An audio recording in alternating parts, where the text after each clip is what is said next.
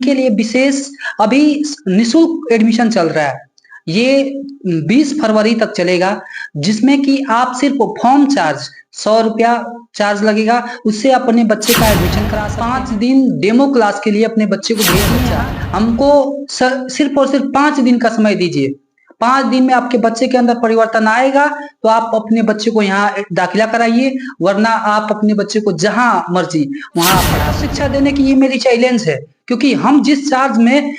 जितना शिक्षा दे रहे हैं, जितना सुविधा दे रहे हैं, उस चार्ज में ये पूरे एरिया का चैलेंज कर रहे हैं। जी, हम चैलेंज कर रहे हैं कि यहाँ पे कोई भी उतना सुविधा नहीं दे जो रहा है शिक्षा को लेकर के चल रही है कि स्कूल आपको कदम कदम पे दिखेंगे और टीचर भी दिखेंगे, लेकिन शिक्षा की खोज में निकलते हुए जो गार्जियन है अपनों बच्चों को अच्छी शिक्षा और अच्छी स्वास्थ्य और बेहतर एजुकेशन पाए, इसको लेकर के हमारी विजिट जो है स्कूलों में चल रही है। गुठनी के सोहराई के शिव मंदिर के पास द रेम्बो पब्लिक स्कूल है। हमारे साथ प्रिंसिपल साहब जुड़े हुए हैं। कहा जाता है कि खान सर से बहुत लोग जो है एक्सपायर होते हैं और उनके कदम पे चलना चाहते हैं। द रेनबो पब्लिक स्कूल के प्रिंसिपल अभिषेक कुमार, मैं आप सभी दर्शकों को नमस्कार करता हूं, और हकीकत न्यूज के जितने भी दर्शक हैं उनको भी मेरे ओर से नमस्कार। अभिभावक अभी हमसे संतुष्ट है, बच्चे को भी संतुष्ट करके रखना और अभिभावक को भी, ये मेरे लिए एक समझिए कि बड़ा कठिनाई का काम है। हम उतना परिश्रम करके और बच्चे को उस लायक बनाना चाहते हैं, क्योंकि हम एक मिडिल क्लास फैमिली से है, उस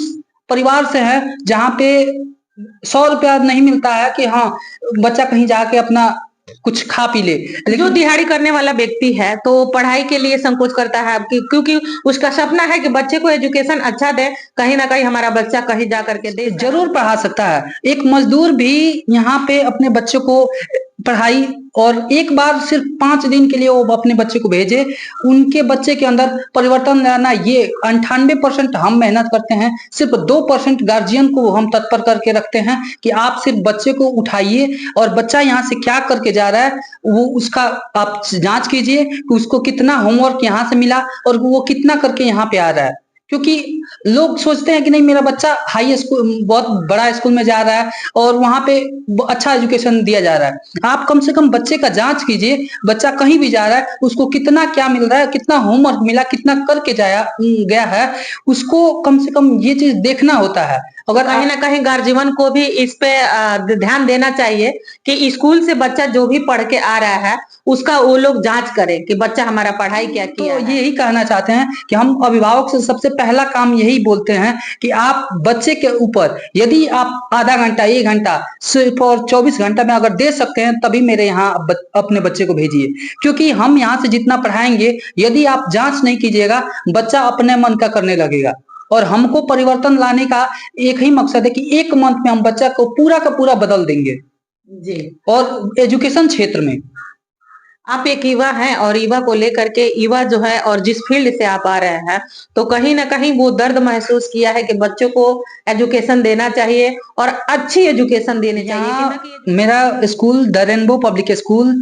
ये सोहराय शिव मंदिर के पास स्थित है, जो कि धनौती से 1 किलोमीटर दूरी पे पड़ता है। यह गुठनी प्रखंड में पड़ता है। मैं यहाँ पे लगभग 2 वर्षों से कार्यरत हूँ प्रिंसिपल की उपाधि पे, और मेरे यहाँ जो भी बच्चे हैं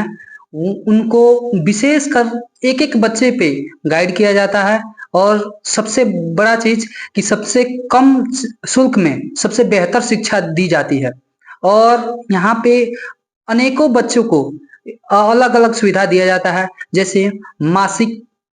साप्ताहिक जांच होती है, और डोर टू डोर हम जाके विजिट करते हैं और अभिभावक से बच्चों की अंदर की जो भी कमियां होती है उनसे पूछ के और उनको दूर किया जाता है। समय निकाल करके इतने कीमती समय में अपना समय निकाल करके अपने बच्चों को, यानी कि इनके स्कूल में अभी बता दे 200 प्लस बच्चे हैं और 200 प्लस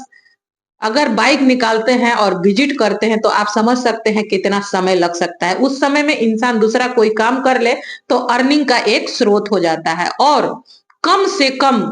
मूल्य में यानी कि मात्र 10 रुपए में आप अपने बच्चों का अच्छा एजुकेशन दे सकते हैं। किस क्लास से किस क्लास तक चलता है? मेरे यहाँ एनसी क्लास से लेके